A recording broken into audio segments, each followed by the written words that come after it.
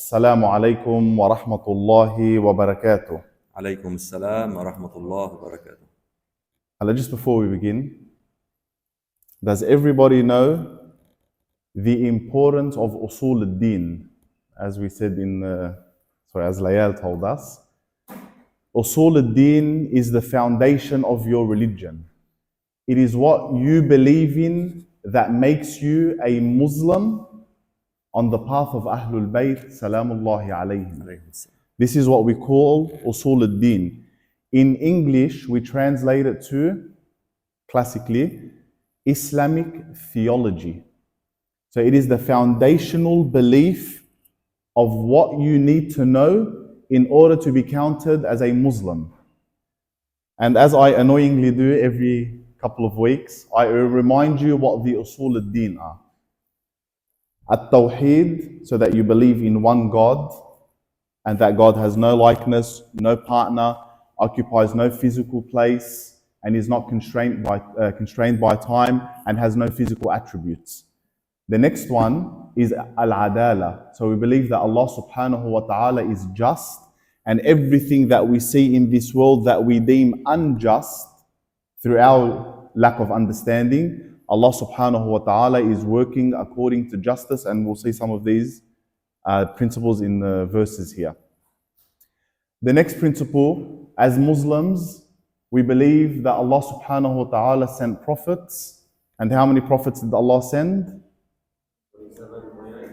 100, and according to the popular opinion, 124,000 prophets, 25 to 28 mentioned in the Quran.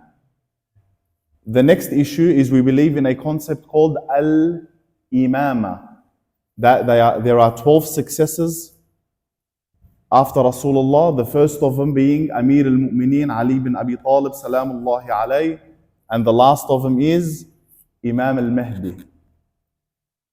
After that, this is what we're talking about now, is what we call al-ma'ad, so the return, the afterlife, and that covers everything like death, barzakh, resurrection, heaven, hell, and the scales of justice on the Day of Judgment. So these are what we call usul al-din.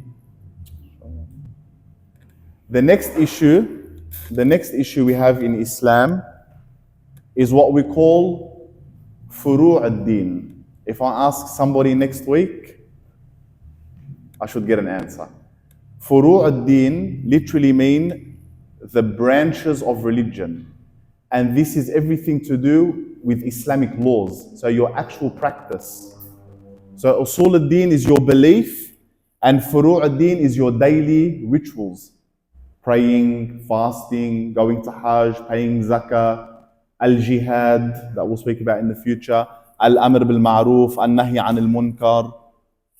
This is what you practice on the daily, right? This is what we call furu' al-din, the branches of religion. Once you know usul al-din and furu' al-din, you are Islamically educated, and you don't have to come to BaytulHuda anymore. Or maybe you could come up here one day and do lectures. And this is what we aim for, inshaAllah.